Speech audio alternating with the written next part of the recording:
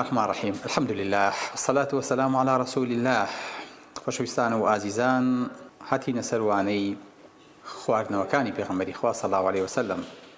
بەڵێ ئەم بابەتانە زۆر و گەورن، بەڵام ئێمە بەشە تەندروستێکی هەڵبژێرین بۆ ئەوەی کە ئینشاءالله ئیسفادەی لێ بکەین و بەجێی بکەین وەکو خۆی جێبەجێکەین. خۆشەویستانم، خی گەورە فەرمێ وەجعلنا من الماء كل شيء حي. لاشەی ئینسان زۆرینەی لە ئاو پێکهاتووە، چۆن ئینسان لە ئاو دروست بووە، پێکهاتی لاشەشی ئەگەر بیکەی بە 100 بەشەوە زا لە 160 ئاوە، بڕۆ بۆ 70 بڕۆ بۆ زیاتریش لە مناڵە. بۆیە لاشەی ئینسانە بینیت بە ئاو ڕاگیراوە. ئەگەر ئێمە ئاومانتیانەمێنێ زۆر بچووکە بینەوە، هیچمان نامێنێتەوە، شرینکەکەین. بۆیە بوونی ئاو زەرورە بۆ هەڵسوڕانی لاشەمان، بۆ جوڵەی خوێنمان، بۆ دڵمان، بۆ مێشکمان، بۆ ئەندامەکانمان. چونکە ئەو خوێنی کە تۆی بینی سوورە و ئەگەڕێ بەشێکی زۆر کەم خڕۆکی تایە، بەشێکی زۆر کەم خانی تایە، زۆرینەی هەر ئاوە هەڵەسۆڕێ. بۆیە بوونی ئاو لە لاشەمانە کە پاڵفتی گوچیلەکانمانەکە زەرورە.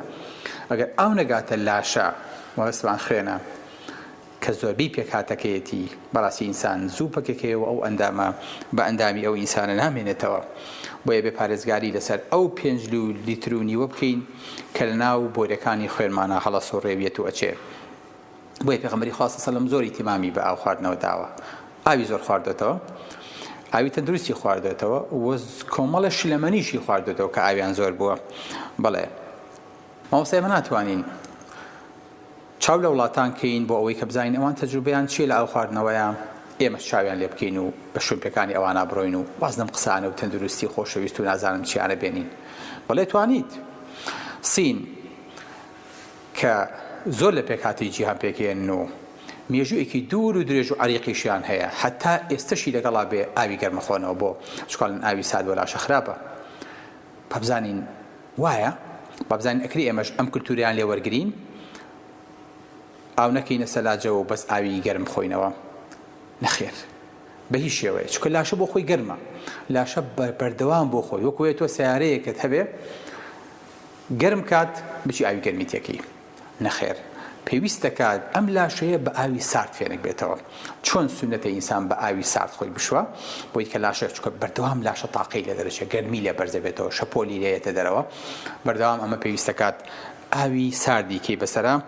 بۆیە خوای گەورە لە حەدیثێکی قودسیە کە منەتەکا بەسەر ئینسانە فەرمێ ئەلم نصح لەکە جسمك ونرویەکە من الماء البارد. ئایا ئێمە جسممان بۆ سەحیح نەکردی، لاشەمان بۆ تەندروست نەکردی و ئاوی ساردمان دەرخوارد نەدایی؟ کەواتە مادەم شتێ خوای گەورە منەتی پێ بکا بەسەر عەبدەکەیە، عەلامەتی ئەوەیە ئەمە شتێکی چاکە، شتێکی باشە و ئەمە نیعمەتێکە بێ لە دەستینەیە. مەعقوڵ نییە خوای گەورە منەتی ئاوی سارد کا بەسەر تا تۆ بچی ئاوی گەرم بخۆیتەوە. بۆیە خۆشەویستەکانم، حتا لە زستانیشە پارێزگاری لە مناڵەکانیشتان مەکەن وڵات تۆ لە وزەتێنە هەیە و تۆ نەخۆشی تۆ قوڕگەی وایە و تۆ هەڵامەتە ئاوی سارد نەخۆیتەوە. نە، بۆ چکە حرارەتی ئینسان لەم کاتەیە بەرزە بێتەوە، پێویستی بە ئاوی سارد لە هەموو کاتێ زیاترە. بڕۆ وڵاتانی ئەسکەندنافیا لە چلەی زستانە کە ئیتر بەفر بۆ بە سەوڵبەندان ئاسکریم و سەهۆڵیان لە ناو مجەمیدە و سەلاجەکانە نابڕێ. بچۆ هەر مارکێتێ بڵێ ئاسکریمم بەرێ، چلورم بەرێ، مۆتام بەرێ، هەموو شتێکیان هەیە بۆ ئەوەی کە ئاگادار بن. دکتۆریش کە لە وزەتێنی مناڵ عەمەلیاتەکە لە بچن زوو ئاسکریم بۆ بێن و شتێکی ساردی دەرخوارد بن. بەڵێ خۆشەویستەکانم، كان أحب الشراب إلى رسول الله صلى الله عليه وسلم الحلو البارد. خۆشترین ئاو بەلای پێغەمبەری خوا صلی الله عليه وسلم ئاوی سارد و سازگار بووە، ئاوی شیرین بووە لەگەڵ ئاوی ساردە. حەزی لە ئاوی گەرم نەبووە، مع العلم خۆی لە شوێنێکی گەرمان ژیاوە. بەڵێ بۆیە چون زۆر جار ئاوی بیریان بۆ هێناوە و ئیسفادەی لێ کردووە. ئەی مامۆستا ئەم ئەوانەی کە ئێستاکەنی ئێمەی خۆی نازانم ئیکەنە ناو هیچ ناڵێم، بەڵام ئەو نەبزان خۆشەویستەکەم پێکهاتی ئاو خۆی پاکژە، پاکەرەوەشە ئاو. هەرچەندێک کۆنتەینەرەکەی ئەو شتێک کە تایەتی، ئەو مادەیە، ئەو دەفرەی کە هەڵی گرت و ئاوەکە تایە، چەند لە طەبیعیە و نزیک بێ ئەو ئاوەکە چاکترە. چەند کردە ناو لایلۆن و دەبە و کیس و ئەم شتانەوە جا خۆریش لێبە، ئەو ئەم مادەیە سەحەتی نامێنێ بۆ معلوماتان. لەبەرەوە زۆر وریابن لەو جۆرە ئاوانەی کە بەغیری شێوەیەکی تەندروست ئەو مادەی کە تیا هەڵەگیرێ نابێت لەنەوت دروست کرابێ، نابێت بەرهەموو پێکاتەکانی نەوت بێ. لەبەرە وریابن پیاوی چابن بۆ ئەوەی کە باجەکەی بە قورسی نەدەین. بۆیە پێغەمبەری خوا صلی الله علیه و سلم چی هەبووە؟ قەدح و خەشەب. پێغەمبەری خوا صلی الله علیه و سلم پەرداخی لە چی بووە؟ لە دار بووە. سەیری خواردنی پێغەمبەری خوا خواردنەوەکەی چەند لە دەفرێکی طەبیعیا بووە، چەند لە پێکاتەیەکی طەبیعیا بووە. ئەی لە چی تریشا بووە؟ ماوەسە وەڵا هیچ دارمان لە شۆ بوو ئیستاکێنە. كان لرسول الله صلى الله عليه وسلم قدح قوارير يشرب فيه. پێغەمبەری خوا صلی الله علیه و سلم پەرداخی شوشەی هەبووە، سوراحی شوشەی هەبووە کە تیا خواردوێتەوە. ئەتوانین شوشەکە پێیاکەین بەڵێ قورسە نەخێر، هیچ بەلامانە قورس نییە، بەعکسەوە ئێمە الحەمدە ئەمڕۆ لە هەموو شتێک هەرزانترە و ئەتوانی بەکاری بێن لە ماڵەکانی خۆمانە. بۆیە نزیکترین شت کە ئەمڕۆ بتوانین شلەمەنی پێ بخۆینەوە ئاگاتان لێبێ شوشەیە بۆ لەبەر هۆکارەکانی زۆرن. هیچ نەبێت تەفاعل لەگەڵ مادەی ئاوەکەیان ناکە هەچ شوێنێکە تیا بمێنێتەوە. نهى رسول الله صلى الله عليه وسلم عن اختناث الأسقية. پێغەمبەری خوا صلی الله علیه و سلم نهی کردووە کە ئینسان لە دەمی دەفر بخواتەوە، واتە سەری پێوەنێ ئەو دەبەی کە پێیەتی ئاوا ساردیە هەرچیەکە دەمی پێوەنە نێو هەڵی قوڕێنێ. بۆیە ئەمە خراپە، ئەبێ ئینسانەکە بتوانێت بیخاتە ناو پەرداخێکەوە، ڕەنگەکەی ببینێ، شێوازەکەی ببینێ، دواتر بەو شێوەی کەوتمان خواردنەکە قوم بیمژێت و ئیسفادەی لێ بکە. پێغەمبەری خوا صلی الله علیه و سلم نهى عن الشرب من ثلمة القدح. پێغەمبەری خوا صلی الله علیه و سلم نهی کردووە ئینسان لە شوێنی شکاوی پەرداخەوە بخواتەوە. سبحان الله، سێم حەدیثەکە چەند دقیقە. پەرداخێک ئەگەر لێوارەکەی شکا بوو کورە مەڵە تازە وڵاسیەتەکەی و ئەی باری ناکەم، نە ئەبێ لای بێ، ئەیکی بە ئەنجانە، ئەیکی بە هەر شتێک بۆ مادەیەکی تر، بەس ئەمە بۆ خواردنەوە بەکار نایە. بۆ چونکە ئەو شوێنی شکاویە ئەبێ بە شوێنی میکرۆب، ئەبێ بە شوێنی نەخۆشی، پاشان تەشویشی بۆ کەسە دروست دەکا کە ئیخواتەوە نازانێ پاشەکەی تێکەوتووە تیا ماوەتەوە. و دواتریش پاکردنەوەی ئەمە لە کاتی شتنا زۆر زەحمەتە، چونکە ئەمە تازە کلێنی تێبوو، بەو صافی و پاکیە نەما کە پێشتر هەبوو.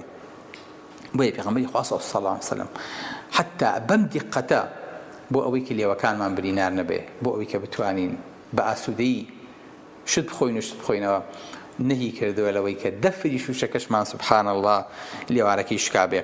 پێغەمبەری خوا صلی الله علیه و سلم لەمە گەورەتر فما كان يستعذب له الماء من بيوت السقيا. فما پێغەمبەری خوا ئاویان بۆ پاڵفتە کردووە. سبحان الله، ئەو کاتی کە خەڵک نەیزانیوە فلتەر چییە، ئەو کاتی کە خەڵک نەیزانیوە پاڵفتەکردنی ئاو ئەبێ بە کۆمەڵە پرۆسەیە تێپەڕێ، پێغەمبەری خوا صلی الله علیه و سلم ئاوی پاڵفتی خواردەوە. سبحان الله، عجیبە. لەبەرەوە نەسیحەتی هەموو ماڵێکەکەم ئەگەر لە توانایانە هەبێ فلتەری ئاو دابنێن بۆ ئەوەی کە بتوانن ئەو ژەنگ و ژار و پیسی و قوڕا و خەڵتەیە کە هەیە لە ئاوەکەی بکەنەوە، وەکو پێغەمبەری خوا صلی الله علیه و سلم فلتەری هەبووە و فلتەری بەکارهێناوە. بەڵێ ئاو خۆشەویستەکانم کە ئینسان ئیخوات ڕژێنەکان و ئەنزیمەکانی مەعیدە و دوانزەگرێ لە کاتی خواردنا زیاد دەکەن. زۆر جار پرسیارمان لێکە لە مامۆستا ئەری ئێمە کە ئاو بخۆینەوە ئەکرێ لەگەڵ خواردنی شەهر ئاو بخۆینەوە یان مەسەلەن ماوەی بۆستین و دوایی؟ بزانە خوای گەورە فەرمێ چێ؟ فەرمێ کولوا واشربوا، بخۆن و بخۆنەوە. یعنی چییە؟ یعنی کاتەکە بێکەوەیە، یعنی لە کاتێکا تۆ ئاوت خوارد نانە خوارد ئاوەکە بکە بەسەریە. بۆ چۆک و خەباتەیەک وای ساکەنە پڕێ کردووە لە چیمەنتە و لە لم، ئەگەر ئاوی نەکەی بەسەرا هەویر دروست نابێ، ئار دێبێنە و هەر هەڵی سوڕێنە، هیچی لێ پێیان نابێ. ئەبێ چی لێ بکەی؟ ئەبێ بکە ئاوی تێ بکەی بۆ ئەوەی کە ئەم خواردنە وردە شل و ملکاتەوە، بۆ ئەوەی کە ئامادە بێ بتوانێت لە ناو ڕێخۆڵەیە لە ناو مەمیلەکانە بە ئیسراحەت بڕوات و زۆرترین ئیسفادی لێ بکرێ.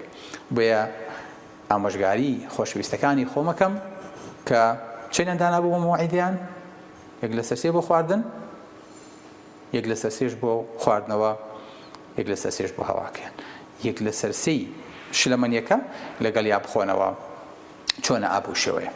بەڵە خۆشەویستەکانم نەکەر ئەوە پێغەمبەری خوا صلی الله علیه و سلم شلەمەنی خواردەوەکو شەربەت، شلەمەنی خواردەوەکو شیر، نەک تەنها ئیکتیفای کرد بێ بە ئاو، ئێمەژە بێ ئەمانەوەکو خۆمان تەطبیق بکەین. پێغەمبەری خوا صلی الله علیه و سلم چی کردبێ؟ وإنك لتهدي إلى صراط مستقيم پێغەمبەری خوا صلی الله علیه و سلم ڕێگەیەکی ڕاست و ڕەوانمان پیشانەیە کە تووشی نەخۆشی نەبینتیایە. بۆیە سەکەنە بە بێخەم کەنانمان خوارد ئاوی لەگەڵ ئاخوینەوە، بەڵام خوا ئەو فکرەی کە لە تای ساکەین لاومانە ماوە با تەرکیکەین.